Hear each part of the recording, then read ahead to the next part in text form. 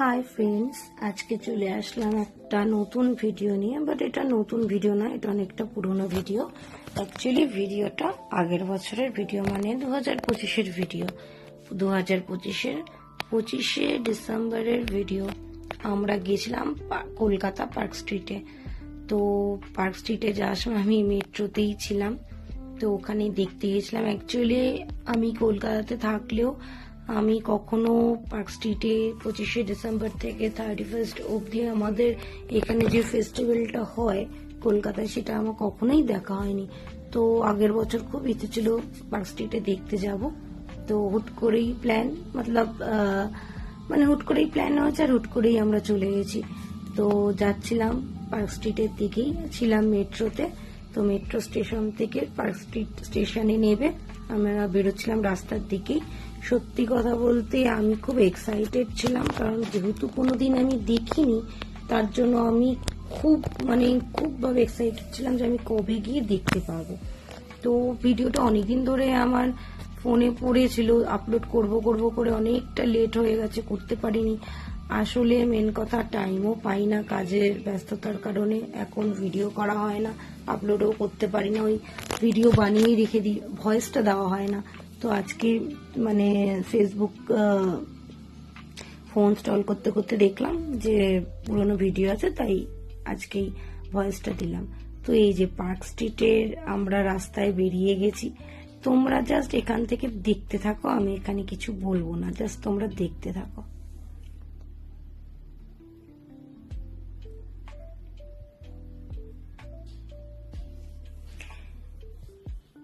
কলকাতায় 25শে December park স্ট্রিটে যেভাবে ফেস্টিভ্যাল হয়, লাখে লাখে কোটি কোটি লোক শুধু লাইটিং দেখার জন্য আসে। ওখানে এত সুন্দর ভাবে লাইটিং করায়, পুরো কলকাতা একদম সেজে ওঠে।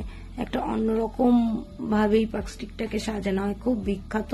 এটা এখন থেকে না, ব্রিটিশ আমল থেকে এই উৎসবটা হয়ে আসছে 25শে ডিসেম্বর। তো সব লোক 25শে ডিসেম্বর থেকে 31 অবধি যখন কেউ ঘুরবে মনে করে, তো সবাই এখানে চলে আসে ঘুরতে। তো আমিও চলে গেছিলাম ঘোরার জন্য। তো তোমরা জাস্ট এখানে লাইটিং গুলো তোমরা খালি দেখো। এটা ছিল পার্ক হোটেলের সামনে দিয়ে, আমি নিচ দিয়েই যাচ্ছিলাম। তো তোমরা জাস্ট এখানে লাইটিং গুলো দেখবে, জাস্ট ভাববে যে এত সুন্দর করে কলকাতায় এভাবেও সাজানো হয়।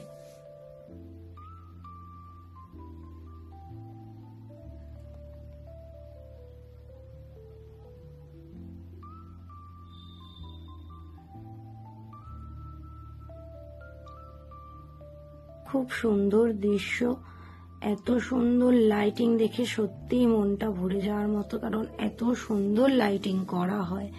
তো আমরাও সেরকম কিছুই নয়, ওখানে সবাই যায় এভাবে লাইটিং দেখে, খাওয়া দাওয়া করে, তারপর আবার যে যার মতো বাড়ি চলে আসে। তো আমিও সেভাবে লাইটিং দেখার জন্য গেছিলাম। তো সত্যি কথা বলতে আমার বাড়ি আসারও তাড়া ছিল, গেছিলামও অনেকটা লেট হয়ে গেছিল। তো আমি ভালো করে ঘুরতে পারিনি, বাট যতটুকু দেখেছি তার মধ্যেই ভালো করে দেখে নিয়েছি। আমার মন ভরে গেছে, যেটা আমার শখ ছিল সেটা সেভাবে দেখে নিয়েছিলাম।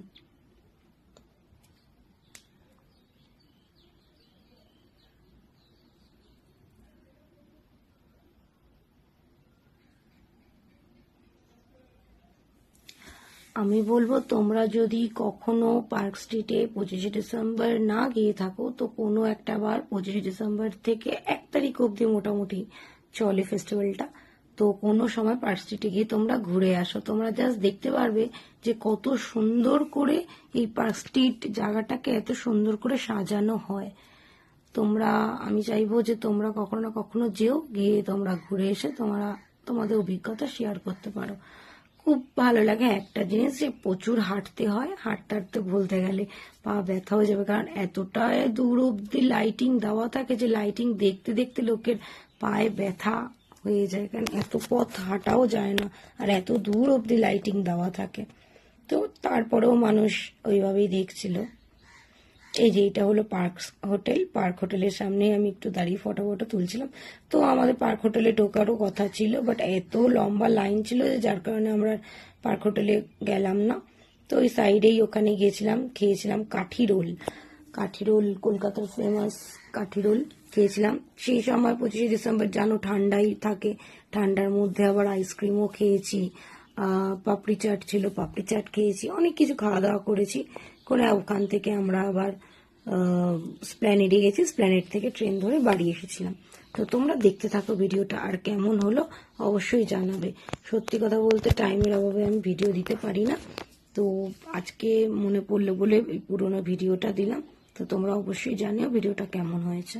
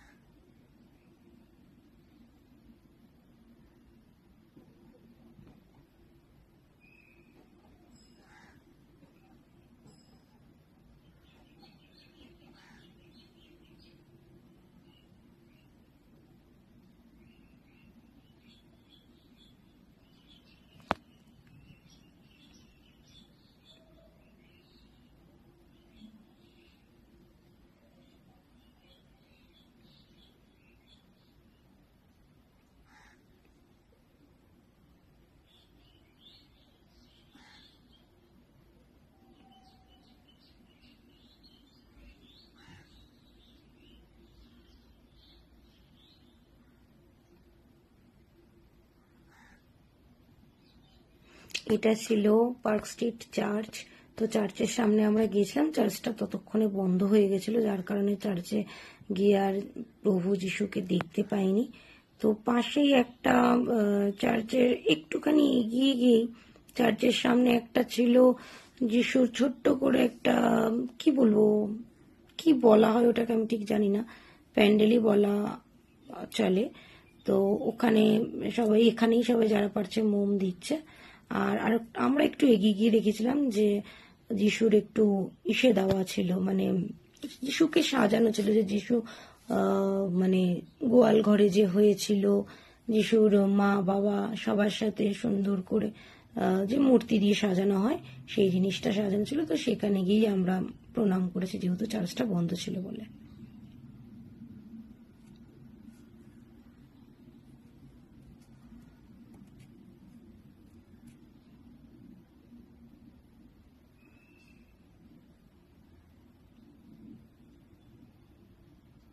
তো ওখানে একজন দেখছিলাম এই চোখ দিয়ে আঁকছিল, যিশুকেই আঁকছিল, জেসাসকে।